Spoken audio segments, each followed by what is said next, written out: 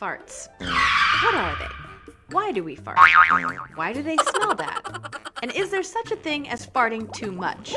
And is there any truth to that idea that holding them in is bad for your health? This is Everything Explained. Farts are those smelly clouds of mostly nitrogen that come out of our bodies on a daily basis. And everyone farts. Every day.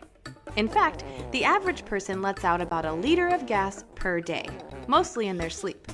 Farts, aka gas, aka toots, aka flatulence, aka breaking wind, aka cutting the cheese, aka bottom burps, whatever you call them.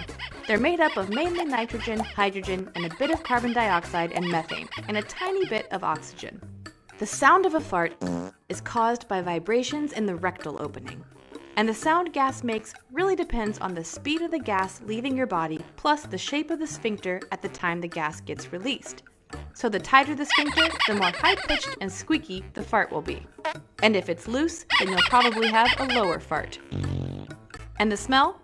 That comes from the minuscule amounts of ammonia, hydrogen sulfide, and, well, excrement, which can be smelled at 1 part per 100 million parts air.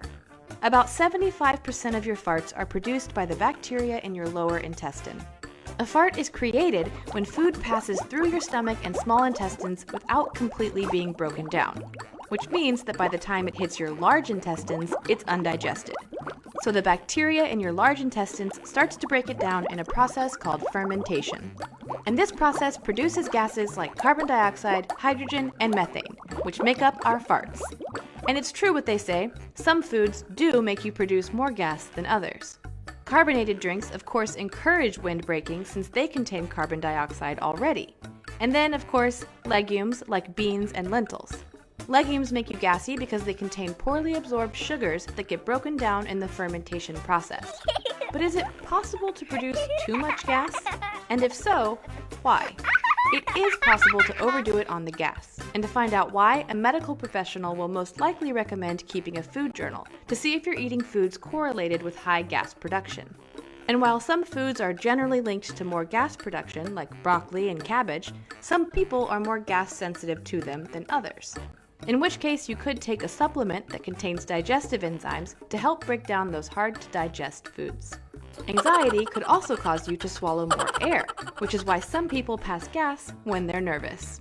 Meanwhile, lifestyle habits like chewing gum, eating too fast, drinking with a straw, and smoking can increase your air consumption, which can result in more air from your derriere. In which case, you may want to not chew gum or use straws, quit smoking, and slow down and enjoy your meals to prevent excess flatulence. You may be tempted to hold your farts in, but that's not a great idea. While holding your farts in is generally harmless, it can cause a lot of discomfort, as it creates an air buildup that eventually gets pushed up, resulting in bloating. So remember, breaking wind is as normal as breathing. We all do it.